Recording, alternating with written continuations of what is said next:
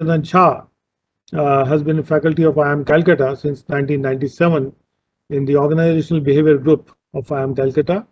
Professor Jha has a PhD in Organizational Behavior from Indian Institute of Management, Ahmedabad in 1998. And he has a postgraduate diploma from the Institute of Rural Management, Anand, India. He's also worked with the National Dairy Development Board, Anand, India, for more than 3 years after his post-graduation. Dr. Shah's current research interests include managing organizational change, managing creativity, innovation, social entrepreneurship, and diversity. He teaches postgraduate students and working managers from corporate, government, and non government sectors in India and abroad on organizational behavior, organizational theory, management of creativity and innovation, human resources management, management of organizational change, interpersonal and group behavior, stress management, communication and presentation skills, and organizational development and knowledge management. Professor Jha has conducted programs for a large number of organizations like various private companies, the biggest ones in India. And he's directed 6 month certificate program also for armed forces for 3 years now. In 1998, Professor Jha directed a refresher course for IAS officers. He's also conducted many programs in Bangladesh, in the Royal Danish Embassy, in Chittagong Skills Development Center, and various other places. Professor Jha has also worked on a number of consulting assignments in the areas of organizational development, strategy, and human resources for clients, such as Department of Education, Government of India, and various other departments of the Government of India and the state governments, along with the United Nations Development Program India. Uh, Professor Jha is an accomplished and awarded poet also. He is a short story writer and a literary critic in Maithili language, besides having a deep and abiding interest in cinema and music. And of course, this particular interest you will definitely find in the manner and style of his delivery. So that is Professor Jha for you. And Professor Jha's number of videos are available on YouTube for your benefit. If anybody would like to have a look at any time, please go through. And when we asked a recommendation from the director of the IIM Calcutta that can we have a senior professor who can talk on leadership, it was clearly the indication that we must go for Professor Jha. So, Professor Jha, it's all our participants are eagerly waiting to hear you, and let's go ahead with it, sir. So, Sure. Thank you very much. So, firstly, I really admire your patience. I saw at the beginning of this talk, there were close to 188 people who are still there. So I really appreciate the fact that a lot of people are still staying back for the session. I'm sure you had a interesting kind of session on transformation leadership. Now, let me first make few personal comments. So, firstly, thank you to the Direct Taxes Institute for calling me here. And basically, I have taught to direct tax officers both in Calcutta Regional Center many a times, and suddenly memories of a gentleman called Kalyan. I think he was Kalyan Raman or something. So that comes back, and many lunches at a restaurant called Govinda, which was the restaurant in the vicinity where they used to take faculty members for lunch. And of course, I remember my first Kunal Basu from borrowing from the library of the Tax Institute there. And later on, I have also been to the newer premises near the Calcutta bypass. And today also, it's an interesting coincidence that I'm just talking to Rishikesh Krishnan, one of my best friends and batchmates from Ahmedabad. And it's just worth kind of recollecting that our first managerial training, so to say, or talking to a managerial audience, both me and Rishi went to Ahmedabad Management Association and gave a talk on service quality. So it was a very interesting kind of uh, some kind of reunion which happened. Uh, this session actually, when I was told about the session, the title was Team Building and Leadership. Now, this session is actually as old as perhaps the notion of managerial training in India itself. So basically, it would be somewhere close to when the first, so to say, behavioral scientists came in India. They started talking about team building and leadership. One way to look at it is that it has remained important all this while. Second way to look at it is that maybe, I mean, it has, maybe the training departments have not evolved, so to say. I would like to think that it is the first that these topics have remained important all this while.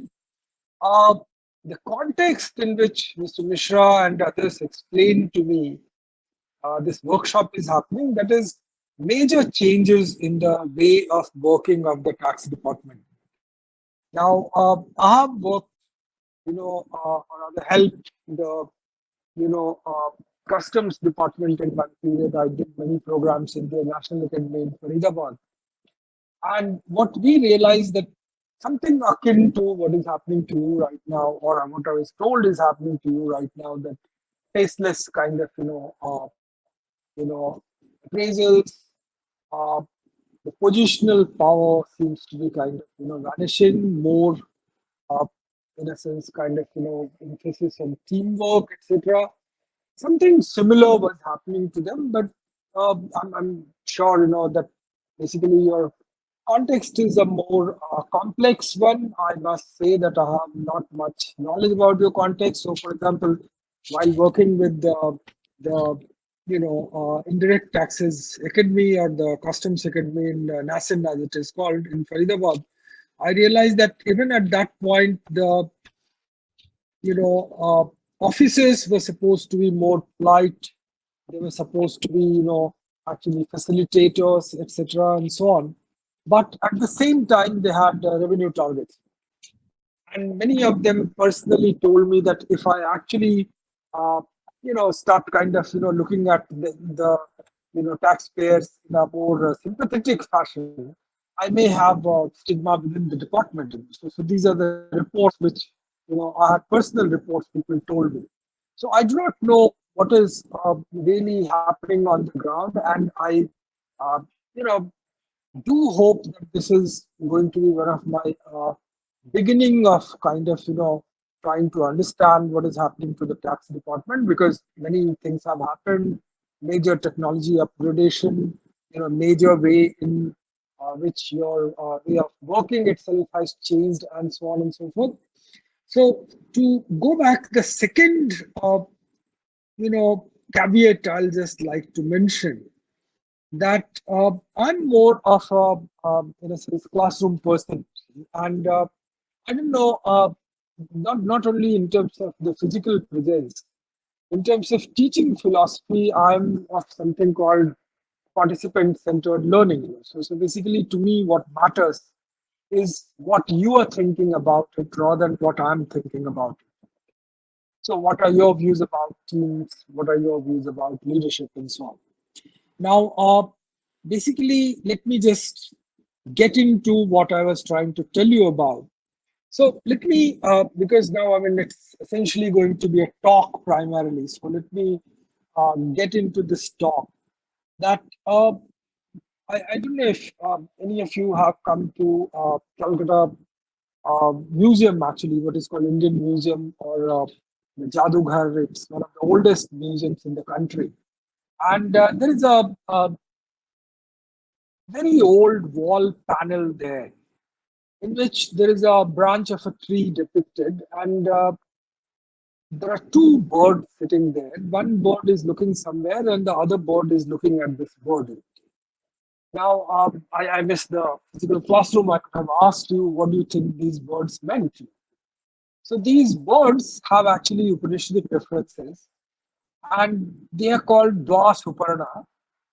One word is our action self, one word is our reflection self. Now, most of the religious traditions, most of the philosophical traditions, in fact, philosophy, actually talks of itself as life examined, and everybody makes this distinction that we, among sentient beings, we have this great capacity to actually look at our own lives, try to learn from them, that do course correction and so on. But if you see, most of our time goes into action, doing more, doing kind of things which are at some level how to do better, something. Rarely do we step back and ask ourselves, why am I doing this in the first place? Should I be doing this? Should I be doing something else? So basically, I'm trying to generate a process of reflection. Later on, I'll tell you actually the version of the exercise which I used to do earlier. But right now, if you're listening to me, which hopefully you are, I would like you to do one thing for me. That say next 5 minutes, try and write on your writing device. And when I say writing device, I'm not saying now on a paper because I make most of my notes on my mobile actually. So basically, on your writing device, imagine a situation that you have completed 75 years and somebody is writing a one-page, speech about you on your having completed your 75 years. So basically, what I would like you to do is to write down at least, say 7, 8 sentences, in next 5 minutes. What would somebody who's writing a speech on your 75th birthday is going to write? So is this clear? I mean, how do I get a verbal cue that it's clear? What you understand, what I want you to do? Okay. So Mishraji, is it clear to you? Do you think it would be clear to them? Yes, sir. I think what you have said, they've heard very clearly, and it should be clear to them. If you Sure. want, you can just summarize it probably in one or two Yeah. sentences. So I'm saying this again that basically, uh, imagine a situation that it's your 75 years, your 75th birthday, and somebody who knows you as closely as you know yourself has written a tribute for you. So this tribute should be at least 7, 8 kind of sentences, full sentences. Write this tribute for me and keep it with yourself. Then, after 5 minutes, I'll give you further instructions. So hopefully that is clear. I'm timing you. I'll tell you when your time is up. So after 5 minutes, we'll be requesting any of the participant to tell us what he has written in the tribute. Those of ones who actually feel like sharing. Okay, so they don't need Of course, to. it's optional. Everybody, yeah, so everybody doesn't need to, but if somebody shares, that would be nice. So go ahead and please write down the piece of paper. What could be the positive points, the tribute that anybody would write for you On your 75th birthday. on your 75th birthday or even 90th birthday, maybe? That's it. Or I mean, Mishraji, let's make it 100. Okay. Yes, sir. I Which may tell be a the lot of average people person. these days wish them 100, but they Yes, say sir. I should remain physically all right and so on. So So that's why I chose 75.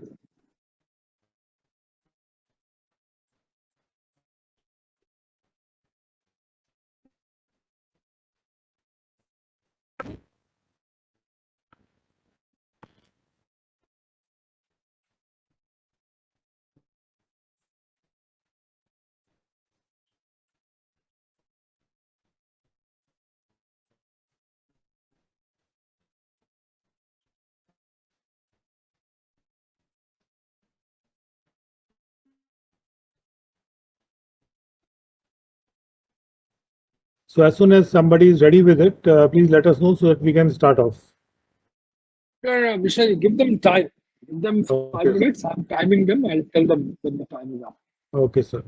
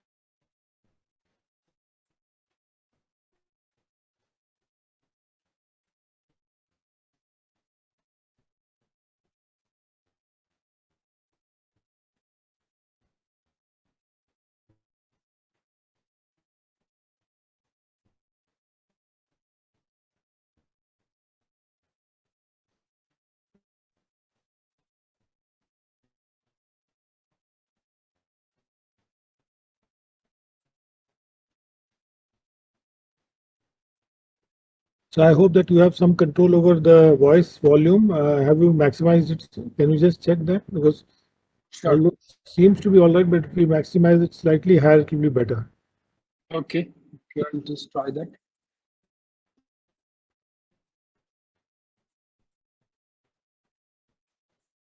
Is it any better? Yes, sir, slightly better. Okay.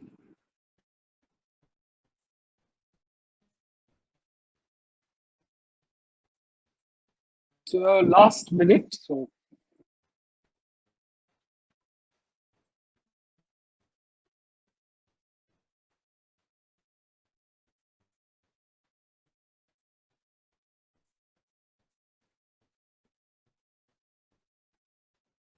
all right. So anybody would like to share what their tribute is? All those who have written the tribute and would like to share, please raise your hand so that kindly raise your hand in case you have written out the tribute and you are ready to share. Yes, Dilip ji. So would you like to share it with us? And thank you for sharing. Evening. Yes. Am I audible? Am I audible? Yeah, we Yes. can hear you, Dilip.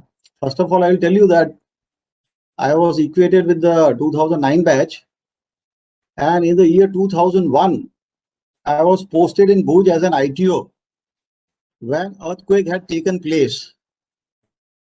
And for 5 years, I was posted over there, and the public as well as my chief commissioner were so happy that they never wanted me to get transferred from there. So these are the actual words which I am putting here, and I have an appreciation letter from the Chamber of Commerce, the Tax Consultant Association, and the Institute of Chartered Accountants of India. So all these three institutes gave me an appreciation letter, and I have them with me. Maybe I will be sharing them later on through the mail. So just 4 or 5 lines, I will be quoting from it what they had written. So when they gave me a farewell over there, even my higher senior officers were called there. So something of this type they wrote: salute to your human approach towards the taxpayers, your judiciousness, your prompt action, your smiling face, and your ever ready to help approach shall always be remembered in the hearts of the people of Kutch. Sure. So let me just tell the class what I was trying to do through this. It was actually a hypothetical exercise. You're not yet 75. And basically, I chose 75 because by that time, hopefully, your work is also kind of, over by some years. So, whatever you have chosen to write there, you can try and figure out what is the purpose of your life, as you see it. So, this is one of the exercises to understand what is the purpose. And we are talking about leadership. So, one of the first thing in leadership is to find out about your own purpose. And why only leadership? Actually, most of the, in a sense, traditions of spirituality, religion, or even non-religious kind of spiritual traditions, they focus on that how do we actually find our sense of purpose. Now, there is nothing to me good or bad, or there is no hierarchy in the sense of purpose. So if somebody says my sense of purpose is, you know, basically collect, Java motorcycles, that's all right. Doesn't matter. Somebody says I want to help the society, so that is also all right. Somebody says I'm a family person, I would like to see my family grow. So whatever it is, you basically think about what is your purpose. Uh, I wanted to do one more part of this exercise, which perhaps right now I'll just let go because really I'm not getting too many verbal cues, but I'm saying that maybe I'll tell you about the exercise that whatever purpose you determine, do something, just make a diary for one of the days of the week, a typical day actually, and see in that day, hour by hour, maybe just mention, so something like this, that woke up at 6:30, whatever, my daily routine, 6:30 to 7:30, read newspaper, 7:30 to 8, 8 to 8:30, got ready for office, like whatever, okay. Now, what I'm saying that just get into some kind of a classification of that day in terms of what were the activities which were related to what your purpose in life is, what are the activities which are unrelated to it, and what are the activities which you would call maintenance related activities. So something which is not really kind of related to achieving your objective, but something which is still required for you to survive. And just see where is your time going on a day-to-day basis.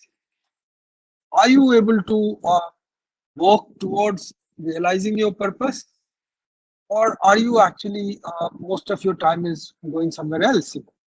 If you're a lucky sort that your time is going into realizing your purpose, well and good. If it's not, then maybe think where are things going wrong. Maybe you need to change your purpose itself to make it more in line with your time kind of spending. Maybe you actually need to get into a situation where if you're convinced that this is my purpose, how do I actually go and increase my time spent on the purpose? So this was one thing which I wanted to tell you. Now, second thing, let me just point out to you that I think 2020, 2010, Business Today, the business magazine, they asked some people who they thought were leadership experts in the country to find out what are the competencies or qualities of leaders which are going to be important in 2020. That is what the task was. Now, firstly, all such things are very fraught with danger. If you think you're going to live that long, then you should not be making such predictions, because predictions have a notorious kind of way of going wrong, actually. I was conned into it. I had to make these predictions, and I put my vote on three things. One was power of visioning. I don't know. I mean, you see, this online medium is also tough because I choose that I take I would like request, sir. Can you just look at the camera? Your camera is on your right hand side, below where the camera is. Right now, you're not looking at your camera, so we are feeling that you're looking elsewhere.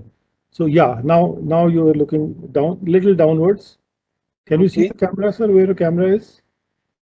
I can, but it's basically an iPad, So it's not there, sir. Not ideally. Little on the right side, sir. Little on the right. Did it help? Downward, it help? Towards more right, sir. More right. More right. When you towards say your right. This side? No. This side? That is the left This side. side? No, you don't have to move. Only shift the face, sir. Only move the face. Yes, and a little downwards. Little down. So there it is. This is the place where camera is, sir. Yes, sir. Okay. If you can, I'm sure that all the participants will appreciate it. That now you are looking directly at us. Now you are looking directly at us. Since it is a talk, you are addressing us, sir. So this is, I'm sure participants will relate it to you directly when you look at us directly. Sure. So basically, one thing I was trying to tell you that if you go back to history of psychology, most of the 20th century psychology was about why things were going wrong. So essentially, why were people alienated? Why were they dissatisfied, and so on? Somewhere in 1980, there was a movement called positive psychology, which started talking about uh, why are people who are happy, they are happy? Why are people who are doing well, they are doing well, rather than looking at people who are not doing well? That gave rise to the so-called positive turn in psychology. I'm sure you have seen books like that, The Secret, etc. Or I mean, if you're fond of movies, there is this movie of you know uh, Imtiaz Ali with Kareena Kapoor and so on, in which Kareena Kapoor's character would say that "Acha acha bolne se acha acha hota hai." If you say good things happen. Of course, things are not that simple actually, but uh, this is again the power of visioning. That no big things happen without thinking big. Of course, it's possible that many times, even if you think big, things may not happen. But the other way around is not true most of the time. And that is where people started thinking about power of visioning. Now, where does the power of visioning stem from? Where does it come from?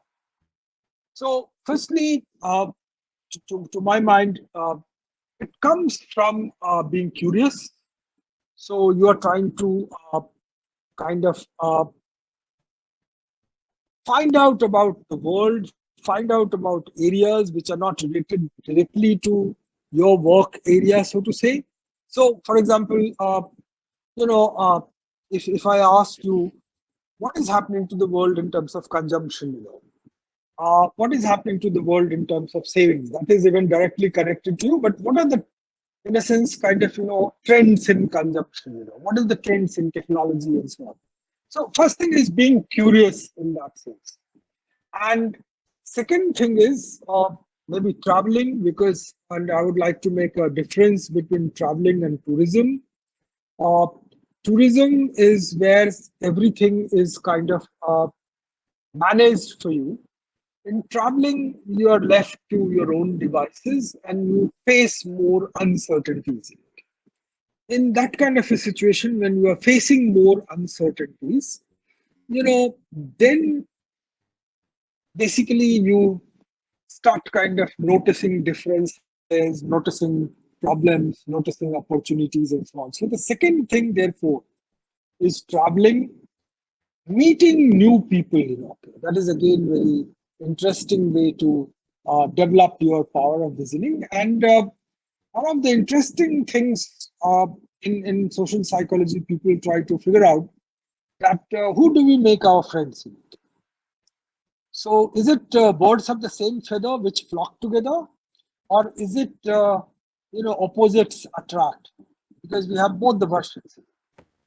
Social psychologists, they through their experiments, they put their vote for birds of the same feather flock together, and they modify it a bit. They say that opposites may attract, but finally it is the similar which adhere over long period of time. So our tendency would be to make friends with people who are similar to us.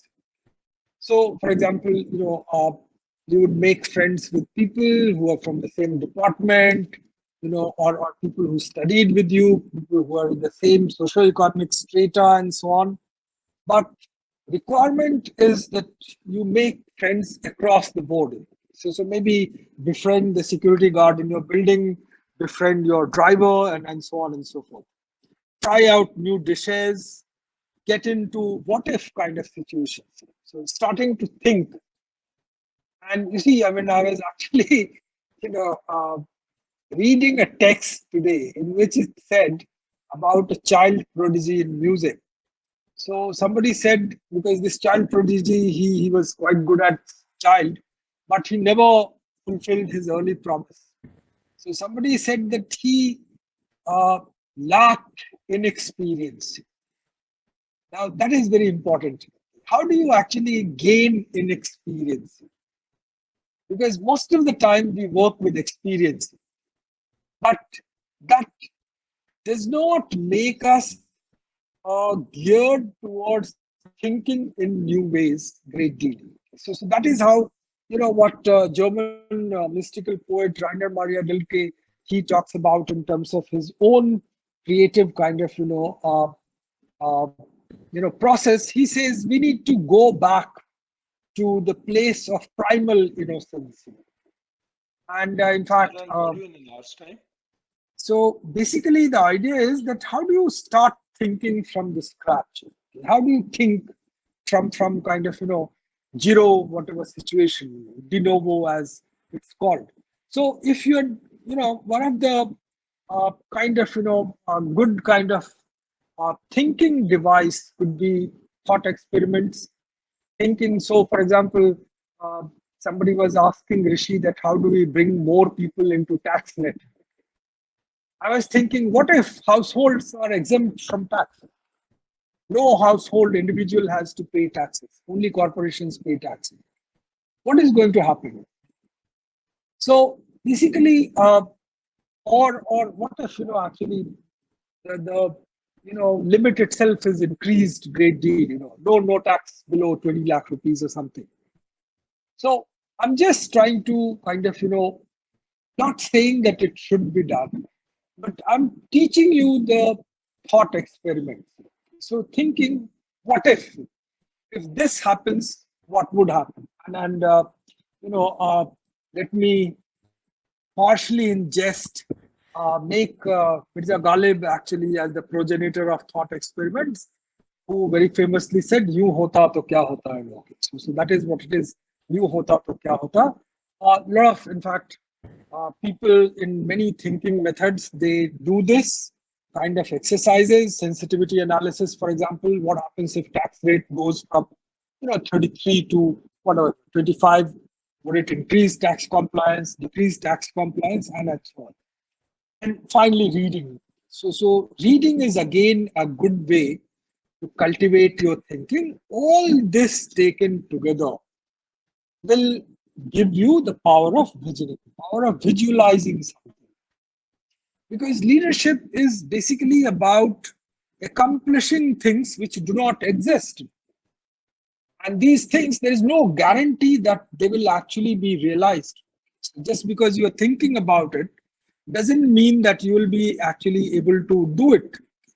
But the pitch I'm making to you is that unless you think about it, it's very hard for things to happen. So I must, in the interest of full disclosure, tell you that there are many people who believe that the universe is random and purposive action does not have much, in a sense, kind of, importance. And it's basically things happen due to randomness in that sense. So, in so much as purposive action actually, to my mind, gives a sense of purpose, sense of stability, sense of order to the universe. So in that situation, basically, power of visioning is important, and I told you certain ways of cultivating power of visioning. A lot of people actually can think big, but I would like to take a TV reference. If you remember on Doordarshan, early days of Doordarshan, there was a serial called Mungeri Lal Ke Haseen Sapne. One of my favorite actors, Raghuveer Yadav, a fabulous actor, in fact, and it's not my purpose right now to tell you about how Indian film industry is the graveyard of great talent, people like Raghuveer Yadav and so on. So I'll not go there. But essentially, let me remind you about the serial itself. What was happening in that sense? That he could think big or dream a lot, but then his dreams were not realized. He could not do much to realize his dreams. So, what do we do actually to realize the vision which we have created? And most of the visions which are worthwhile actually are big in size, and therefore one can't do it alone. One has to kind of go with others, similar others. And you know I suddenly remembered a Hindi kind of poem which says dukh tumhe kya todega, tum dukh ko tod do. So that is not the part I was trying to recall. The other part is apni aankhein dusron ke sapnon se jo do. So you actually attach your eyes with others' dreams. I'm saying something similar but other way around. I'm saying, how do you make others a stakeholder in your dreams? And that is one of the basic aspects of leadership. How do you make people buy into your dreams? And remember, nothing worthwhile can be done by one individual. So in movie genres, actually, there are very famous things like Terminator 3, etc. But world does not operate as Terminator 3. It's a very complex world, and for the world to function better, to make sure that people are doing what they are most capable of doing and we are making right decisions, I think we need to have a situation in which there is more than one people actually dealing with the situation. It can't be highly centralized in that sense. So, second, quality of leadership which I had put in my list, so to say, was that it's not only important to bring in the power of vision. You should also be able to persuade others to follow your vision, to say that this is their vision. Now, what do I manage, mean by persuasion? So persuasion is essentially, if you have seen Godfather, in Godfather, he'll put a gun onto somebody's head and they are saying that he's making them offers which they can't refuse. And in a situation like yours, where there is a lot of positional power, which I understand that with the faceless kind of appraisals, now you are viewing the fact that your positional power is gone. But still, I mean, you are the sovereign, you are the government. So given that, you do have a lot of kind of power, and you can actually force people to listen to you.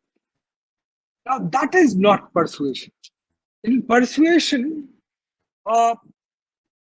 you try to influence people without authority. And once people actually listen to you, they understand what you are saying is a good thing to do, then they will basically do your bidding. You don't need to kind of do things alone. They will come with you together. So what does persuasion or persuasive ability depend on? Let me very briefly talk about that.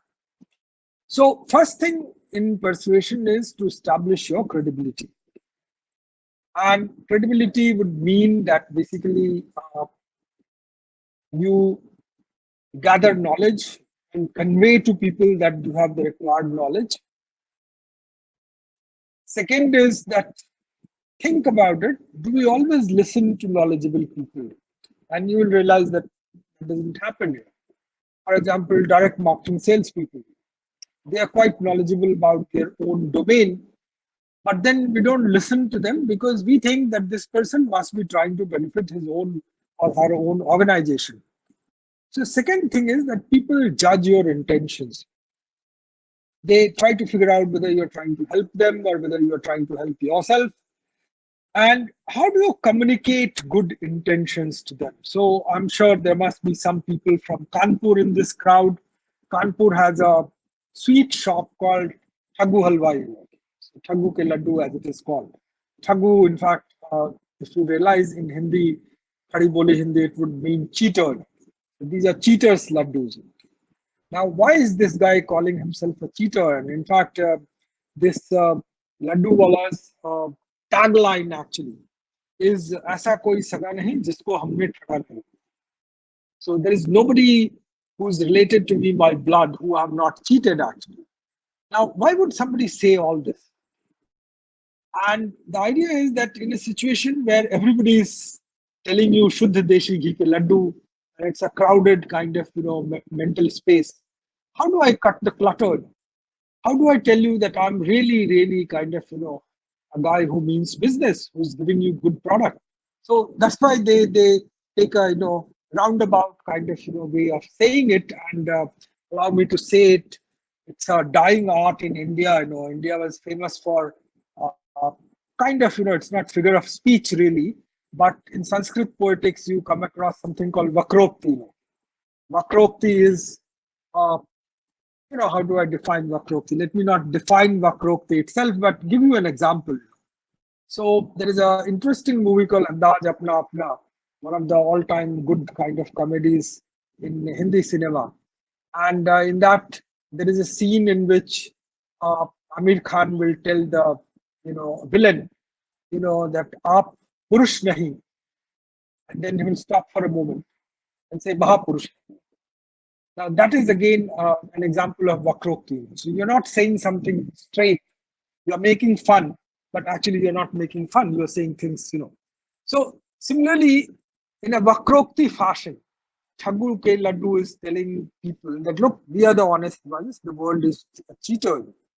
So second thing to build your credibility, I was talking about that you need to establish your good intentions.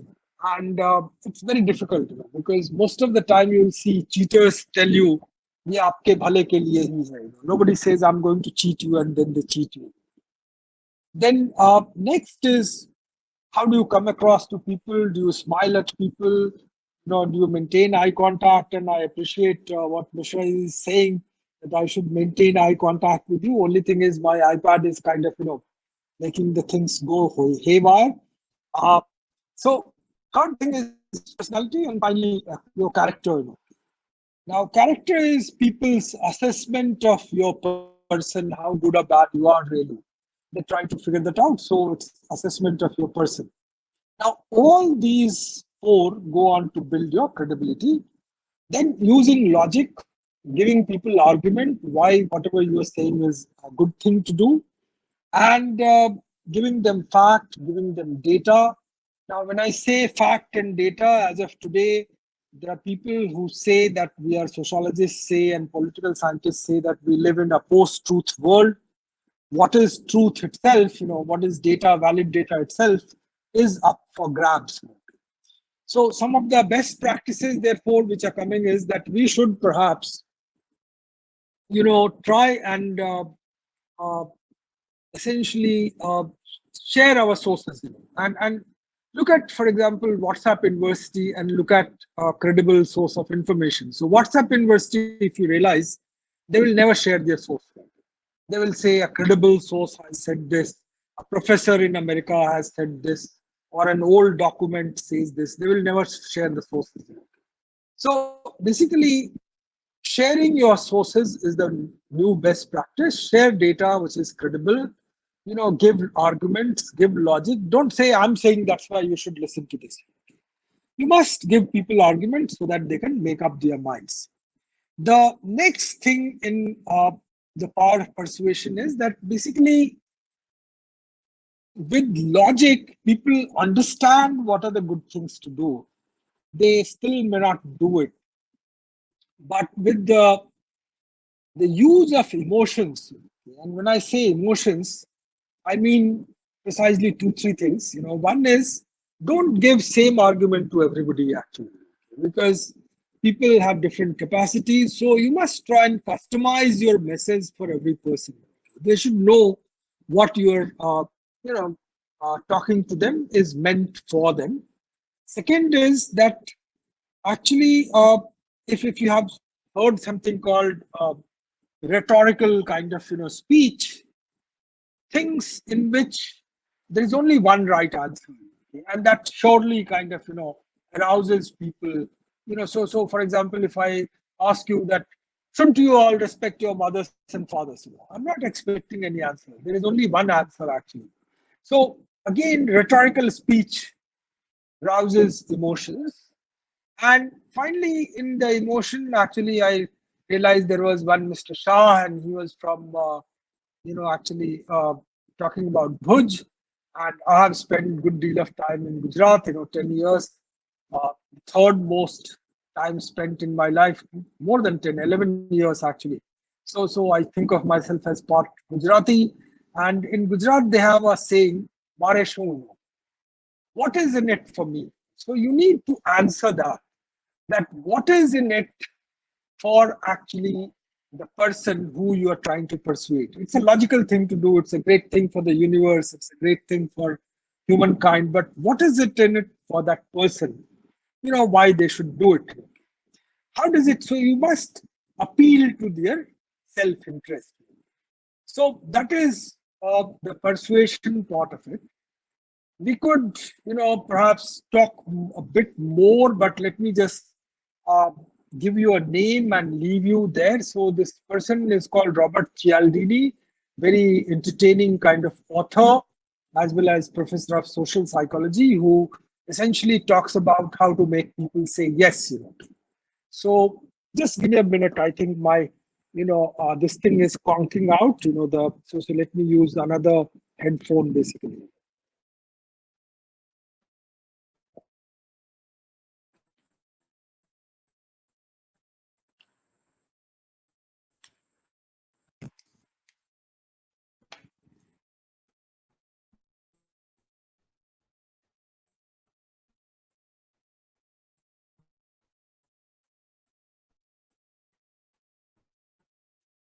Okay, can you hear me again? So, Mishraji, am I audible? Yes, sir, it's much better now. Okay. All right. So basically, to go back, what I was telling you, that Cialdini talks about 6 principles of persuasion, and he was a social psychologist. So he basically talks about his own experiments, what he did with people. I'll very briefly mention it, and I suggest maybe you read him. He's an entertaining author. Written many books on the same thing, called Persuasion, Influence. Last book was called Persuasion, and so on. So he says first that basically a principle of authority, that people listen to others if they think that they have some authority. So if in a situation you have any authority, please use that. And second is, he says, principle of reciprocity. If you do want somebody to do something good for you, you go ahead and do something good for them actually. So then they are more likely to do it for you. How does the principle of social consistency? So he says that if somebody promises to you something in public, they would not like to be seen as breaking their promise or being inconsistent, and they will like to go with you. So basically, if you can make somebody promise something in public without putting much pressure, then try doing that. Then next is, he thinks that basically peer power. If you want somebody to do something for you, you give them examples of similar people who have done something, and they will go with you, actually. And then one of the most interesting ones is that principle of scarcity. So he says that people want to always have more of what they can have less of, actually. And I will also like to kind of, share an idea, because you're asking Rishi that what are the ideas which could work in your context. So I was actually curious, in your context, have they ever tried out rebate for early filing? So, because you see, one of the things which is happening year after year is systems crashing for IT department, because everybody is postponing it to the last moment.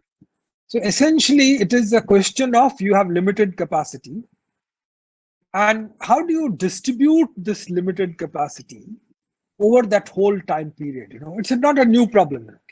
Actually, even say a restaurant faces the same problem.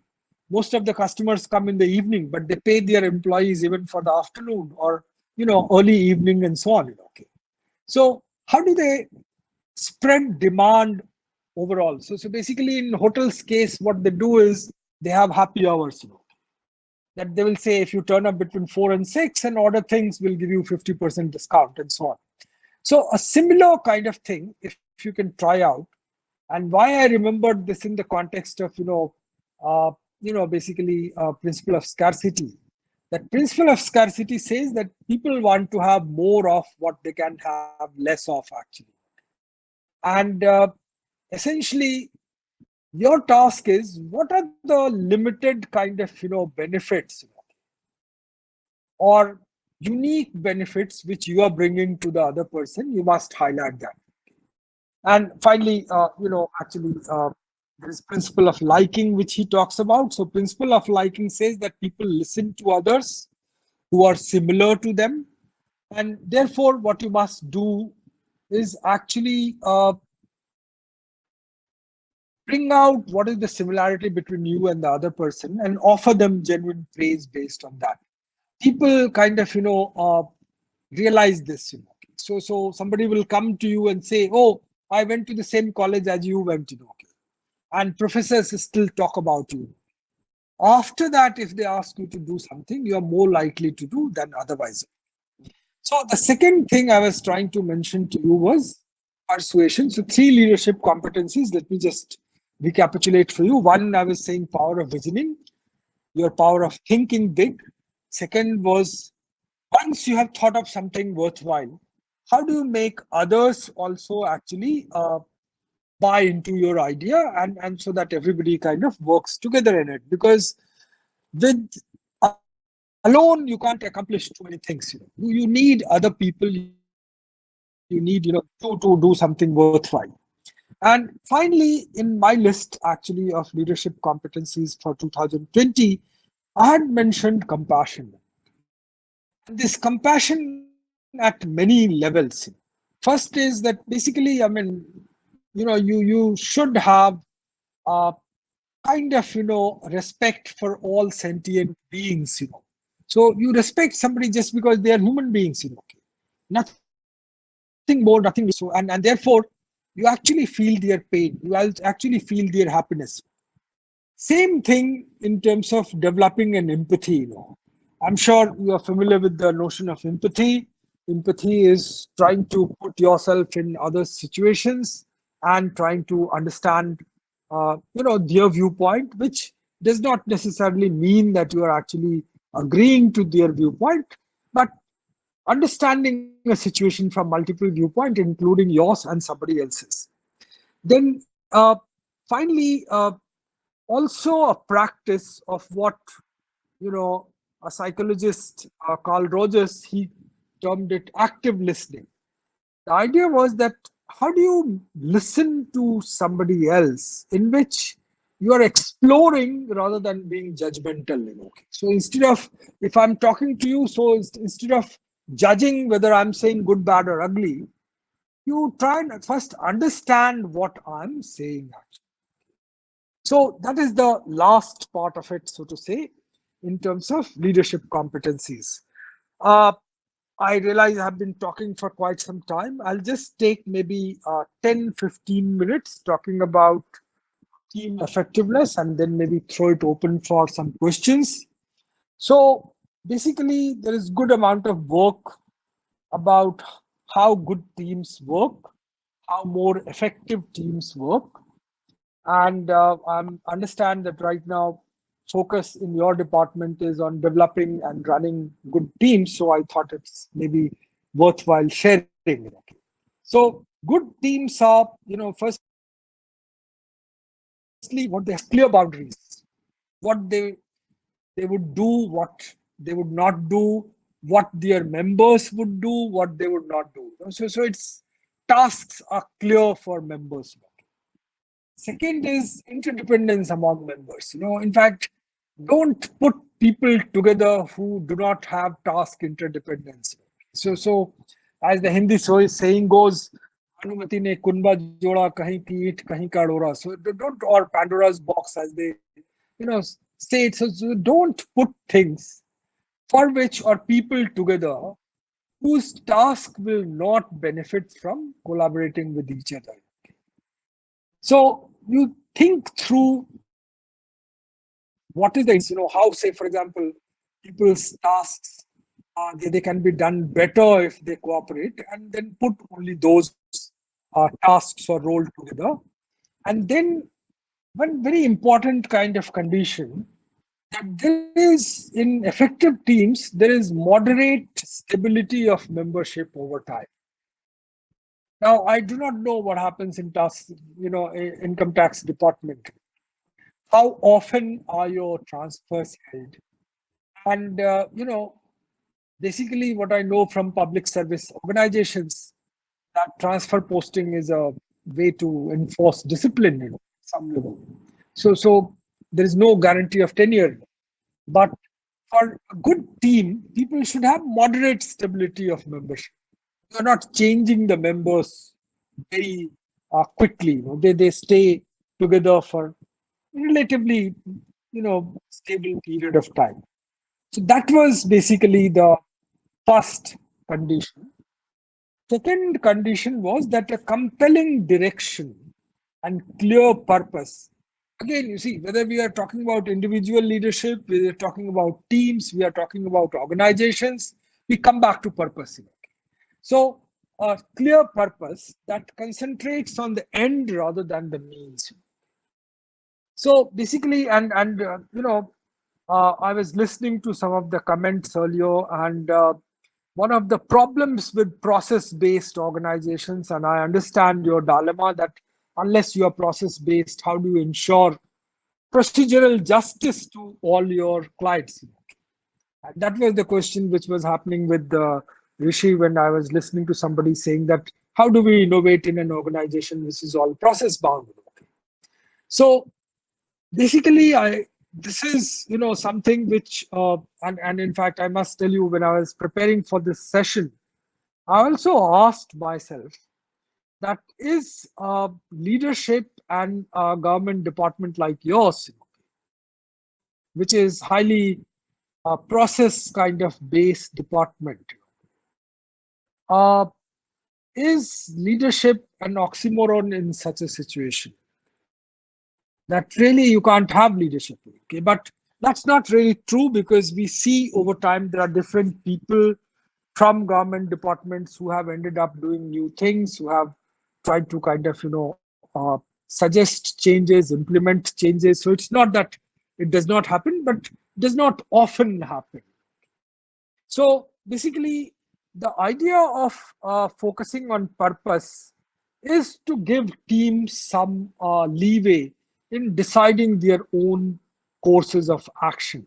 And the point I'm making to you is that if you realize, even when the purpose or the way of working even means is kind of determined, people find out their own ways of working, so they don't stick to whatever is the and not stick to in terms of being indisciplined or being illegal, etc., but they find ways and means to kind of work in a sense with the system. I'm not saying even around the system, because all systems are kind of fixed at a point in time. So they're not as dynamic as reality is, and in fact, I must tell you that long back when I was growing up as a child in Mithila region in Bihar, I read in the newspaper that in Patna Secretariat, the people did something called a strike, and the strike was named very interestingly. It was called work to rule. So as a child, I was wondering about it, that why is that an issue? Because actually, most of the time we are saying that people are not working according to rules. So if people are working according to rules, why should that become a problem? And then I realized that actually it is a problem, because rules are about yesterday, and they may not be highly effective today. So formally in social phenomena, we call it a problem of lag, actually. That, reality happens now and rules get made day after, after 5 years, after 10 years, and so on. So basically, a compelling direction and clear purpose that concentrates on the end rather than the means. And then the structure of the organization or team, where we talk about what are the tasks, what is the composition of the people, and more importantly, what are the norms which evolve. Now, I would like to make a distinction between the rules and norms. Rules are what are written down. Norms are what people follow. It's in their heads. something which is socially kind of accepted, not necessarily written down actually. So the structure should enable teamwork. It actually, so for example, rewards. Are your rewards team-based rewards or is it individual-based rewards? Decision making. Is it kind of consensual decision making or is it top-down decision making? So all that could make a difference. And then fourth thing for an effective team is that a system context that provides necessary resources and support in for the team to complete their work. So teams don't work in vacuum. They need resources. So how do you make sure that actually they do get their resources? And finally, available and effective leadership and coaching. So to coach people in terms of how the teams work, what the task is, and available and effective leadership. I also thought that let me leave with you some ideas that what are the competencies for leading effective teams? What it requires to be a good team leader. It's not the space for me right now to get into details, but goal setting and how do you get into goal setting, that is very important. Because if you, and I'm sure you must be following in your own systems some variable of some variant of something called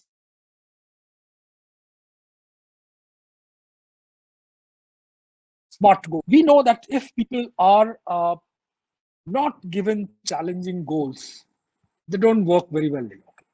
But if you make the goals very, very tough, then they give up. So how do you find this golden mean in which you challenge them enough, but still they feel capable of doing it? So first thing is goal setting, and I would like to recall a gentleman called Mihai Csikszentmihalyi in this regard. Mihai Csikszentmihalyi was a American psychologist, written a book called Flow, and he says he actually gave his phone number to a good number of people and said, whenever you feel happiest during the course of the day, just call me up and tell me what you are doing at that point in time. And from those calls, he realized that people are happiest doing things which they have not completely mastered and in which they don't need to give somebody else the feedback about how well they are doing. They can figure out themselves. So if these two conditions were met, people reported being happiest and basically. So that also brings us back to goal setting, that if people have tougher goals, reasonable goals, they work better. They feel challenged, they work better. Similarly, there is an issue about what happens when people are assigned goals by others and what happens when they choose their own goals. So there is enough experiments done which say that whenever people choose their own goals, maybe they choose easy goals. So that's not a very nice thing to do, but their chances of actually meeting those goals is higher if they are self-assigned goals. So again, some kind of a balance needs to be made in terms of definitely let them choose their own goals, but maybe work with them, in that sense, with the so that they choose reasonably challenging goals. Second is understanding the dynamics of a team. Understanding that people need in a team somebody to lead them in terms of task accomplishment, and people also have emotional needs.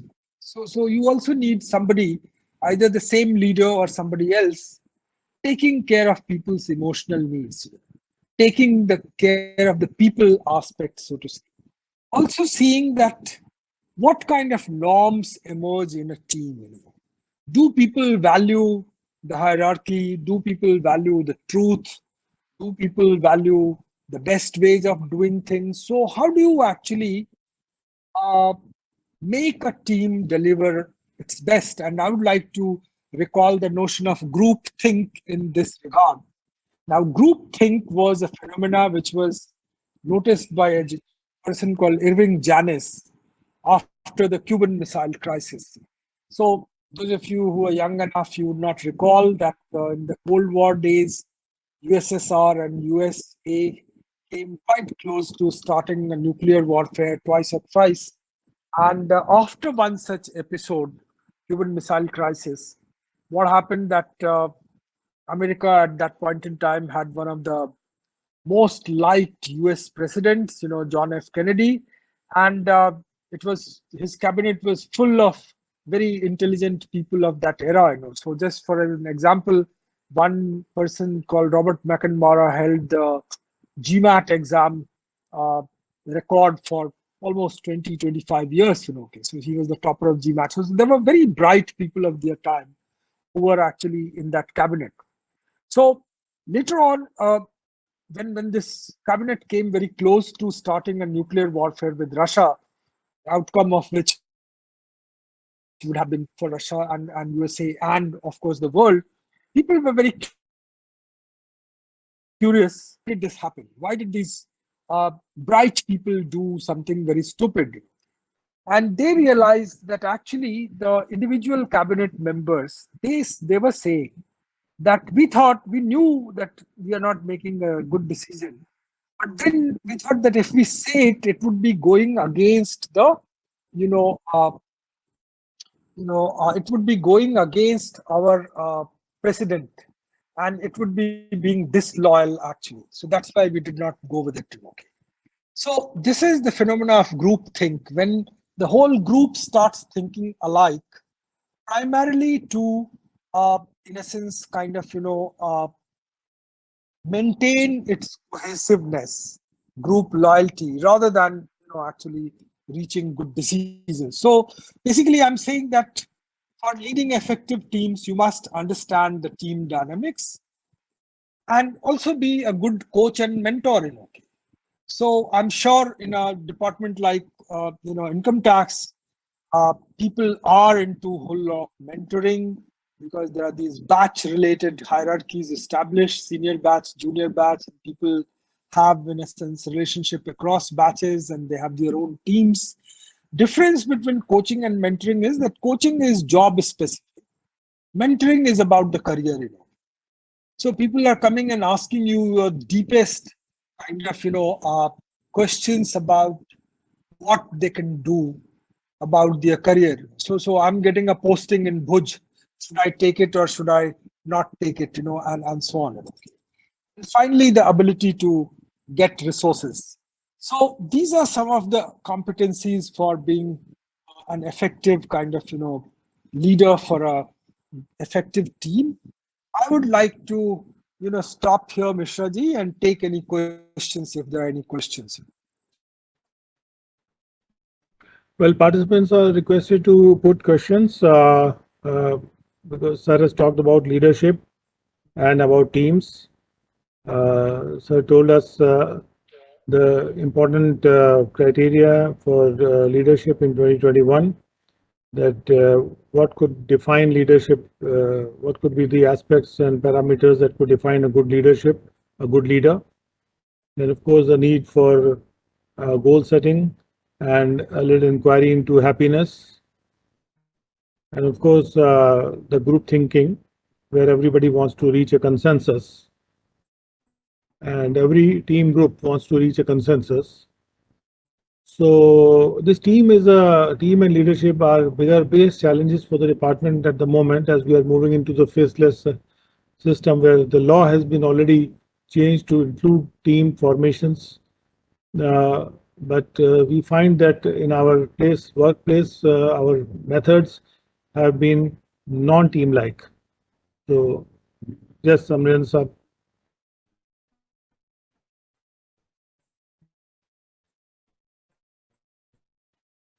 Good evening, sir. Yeah, good evening. Hope I'm audible. Yeah, Yes. you are. There are basically three major aspects of leadership. One is leader, second is follower, and third is situational variables. So, Sure. role of situation is very important because Steve Jobs may be a very good leader, but at some point of time he was thrown out of the Apple Inc. So, how do you see the situational factors? Because they are determining factor in success of a leader.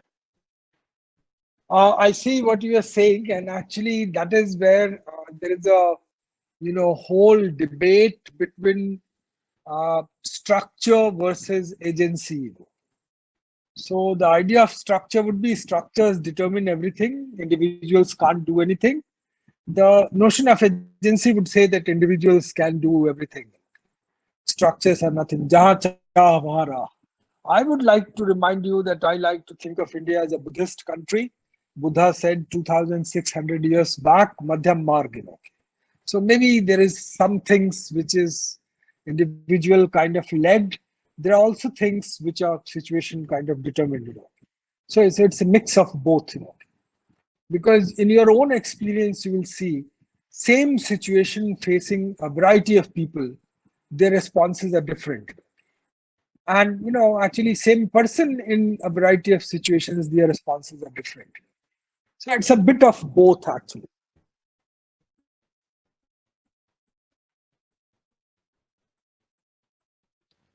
Thank you very much. Thank you very much, sir. And one more related question I want to ask is that the majority of the followers have any effect on the leadership style? Because there are various leadership style. We say them telling, selling, and all this. So That's it. you tell the followers because they are immature. You sell them the idea when they are relatively better matured. So what's your Sure. take on that, sir? No. So I agree with that different folks need different strokes.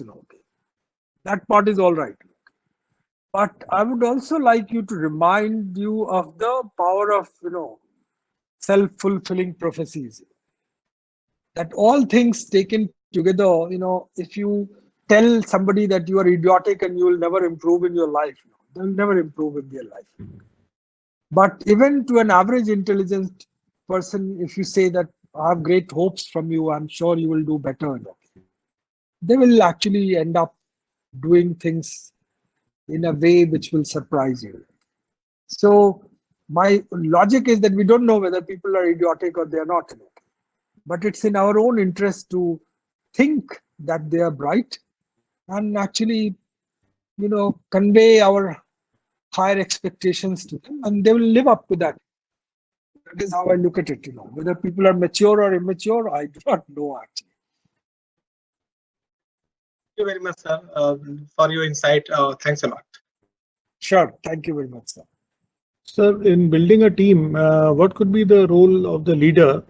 How he should take the team along with him, and at the same time make it work in a paced manner. Sometimes there may be within the team, there may be somebody who's slowing down the team. There may be other person who may not be in tune with the other members of the team. So how does that role of the leader come over there? Is he supposed to be a very autocratic leader, or how does he decide what to do? No. So autocracy, I mean, basically, let's go back to what my friend was saying, situational leadership. Different things work with different people. So I'll not say a blanket thing. I mean, I could also say Shathe Shatham Samachare thing. Okay. So be bad with people who are bad. But in general, it pays to be good. That's what I'm saying. So most of the people listen to rational persuasions. And basically, I would say that there are dilemmas in that sense. So how long can coercion work? What is your sense, Mr. Zero? So not at all. Coercion will definitely never work, and No, it can work. It can work in the short run, but it can't work for an extended period of time. And yes, coercion will kind of ensure minimum compliance, may not ensure excellence. So if you have a whatever say short deadline, somebody is not doing something, maybe threaten them. And I would actually like to bring to your notice what Daniel Goleman says about anger. He says that it's not that you should not get angry, but you should know when you are getting angry and how much angry you are getting. so that you can control your anger. It doesn't say you should not get angry. If somebody has done something funny, you have a right to get angry. And maybe it works also. Sir, one related question I want to ask. Sure. It is preferred that teams should be 4 to 5 people because of the principle that Navy SEAL, US Navy SEAL works on that principle that they have small teams of 4 and 5 people. But because they are in army setup, so they have hierarchical structure. But what's your take on the hierarchical structure in the team or small teams? Whether we should follow matrix organization principle or we should go by the hierarchy? So what's your take on that, sir? So firstly, I was very amused with your invoking Navy SEALs, because the number of team members, I don't know whether it's 5 or 7 or 9 or 11. Firstly, it will depend on the task basically. But what is more important, that actually, if you have more members, chances of people shirking the job increases. So that is where you need to balance between your need for the task and balancing people's different competencies, and also that if somebody is shirking their job, you should be able to find that. So that is one part. Now the second very interesting question you have is that what about hierarchy? So there were many experiments with self-managed work teams, right from the 60s, from Volvo factories to now. And self-managed work teams work better because there is no one designated leader. According to situation, people become leaders. So everybody thinks, therefore, that they are leaders. Everybody thinks they are important. So maybe you are actually in a living laboratory. So maybe you should, your training centers, your department should try out, actually a team without designated leader and a team with designated leader. I'm not very sure whether it will work in India, at all, because I suddenly remembered L&T tried to self-manage teams, and suddenly what started happening, that their decision making started taking more time, because nobody was willing to make a decision, so things were taking more time. I do not know whether that was part of a temporary kind of setup time, and later on they became better. I do not have access, but maybe that is what happened. Maybe Indians are not used to not working in a hierarchical, not non-hierarchical setup. They need a boss. So maybe that also happens, but you can do your own experiments and see. Sir, in continuation, I want to tell you that when I came in the field in this department, I found that this is the only department which works on the principle of matrix organization, because we officer who having a team of 2 or 3 people or 4 people, and they are an island of authority and they work with that team. So I never found this kind of organization in any other government structure, because all they work on the hierarchical triangle. And I found this principle or this method to work is very, very efficient, because you shifted the responsibility on a particular person, and he is working with the 3 and 4 people, and he is giving results. So I found it very useful when I came, and I practically seen it. So that I just want to tell you, it's not a question, it's just an observation. Sure. So I'm happy, because normally everybody knows that matrix organizations are more efficient. But matrix organizations are more messier, because the biblical injunction goes that a man cannot serve 2 masters. So here you have 2 bosses. So that is where interpersonal skills-wise, it's a tougher kind of situation to deal with. So I'm happy that in your experience it's working well, and maybe I would like to know more about it actually, how your matrix teams are working better. Sir. Good evening to you, sir. Yes, sir. Sir, am I audible to you? You are. Sir, primarily you are used to take a... So our principal DG wants to ask a question. Nitin Gupta, sir. Sir, let me So finish, sir. I think Mr. Tripathi was saying something. Yes, sir. Just one more question, sir. So primarily, sir, you are teaching in the so you are dealing Ajay Tripathi ji, your voice is not audible. Can you check your mic, please? My voice is not audible. I can hear you, sir. Am I audible? No, not yet. Say it again, yeah. Sir, am I audible to everyone? Yeah, try. I can hear you a bit. It's very lightly audible. No. I think now I'm audible. Yes. Yeah, much better. Sir, primarily you are teaching in IIMs, you're dealing with corporate leaders. So there in the corporate setup, primarily the objectives and goals are defined. And basically the teams remain more or less the same. There may be some regular transfer, there may be some regular retrenchments, there may be some new people joining in, but more or less the teams remain the same. In our organizational setup, we have to perform a host of diversified functions. They pertain to different sets of objectives and different functionalities as well. We have assessment related tasks, we have investigative functions, we have applied functions to perform, and on top of that, we have a host of other functions to perform. Sir. And on top of that, we also have regular transfers and also different types of role hierarchies. So the concept which is applicable to corporate leadership is primarily that not that much efficacious in our case. So what is your take So on that? Tripathi, so I totally go with you. And I am saying that maybe you should actually have research. That's what I was just now suggesting. Try out experiments within the department and tell the world this is how we operate. And I was actually telling Mr. Mishra that I personally believe that actually as we go forward, our traditions of learning within the government are declining actually. So I'll give one specific example that when I was growing up in my earlier years, actually, I always used to refer to a journal called Management in Government, brought out by DOPT, which had examples of what are the innovations, what are the new things which government departments have done. I don't see it anywhere. So basically, maybe, the format has changed. Maybe it's somewhere else. They have put, but I also, for this talk, I was trying to Google, I could not see too many. So the issue is that if you are saying that my context is different, right, it's very different. But the thing is, who will actually try to figure out what will work in this? You will figure out. Right. So do experiments. And that is where, in fact, the meta kind of, suggestion which I have is action learning. Do things, see what works, follow that more.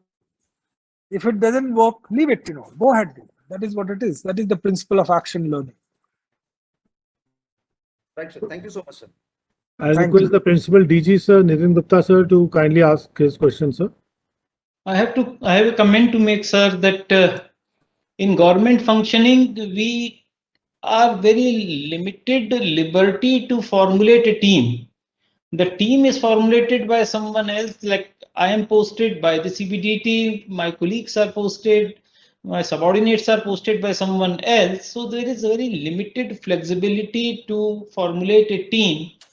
But what I believe is that the leader has the capability, should have that capability to assimilate the diverse the diverse thinking and the officers which are under him, to take them together and work for the common goal with which we are assigned to, be it the assessment or be it the training in the instant case or anything else. That's my comment. I wanted to make one comment. Any reactions from your side or any? So I totally agree. And in fact, as you were speaking, my mind went somewhere else. Very interesting thought came to me. That basically, this is the difference between self-arranged marriage and arranged marriage. Now, we don't know which actually works better, you see. You have unhappy people in the arranged marriage, and you have people who are also unhappy in the other kind of marriages, and you have happy people in both. So basically, especially in a country like India, people do not pay that much attention to who they are together with, but they pay more attention to, now that I'm together with this person, how do I make it work? So maybe that is, you're right in your experience that you don't have any control over, actually team member composition. But then whoever it is, are you trying to work with them? So that's not a bad idea. Okay, if there is anybody who has any other question, we can take that. Maybe one or two questions, if anybody would like to ask. Otherwise, Mishraji, they have had a long day, and you had a We successful can do one program. thing, So sir. let's Yes, see. sir. Sure, sir. So I'll ask my ADG, my Additional Director General, Shri Vivek Kumar, who's the ADG of the DTRTA Lucknow. I request, sir, to kindly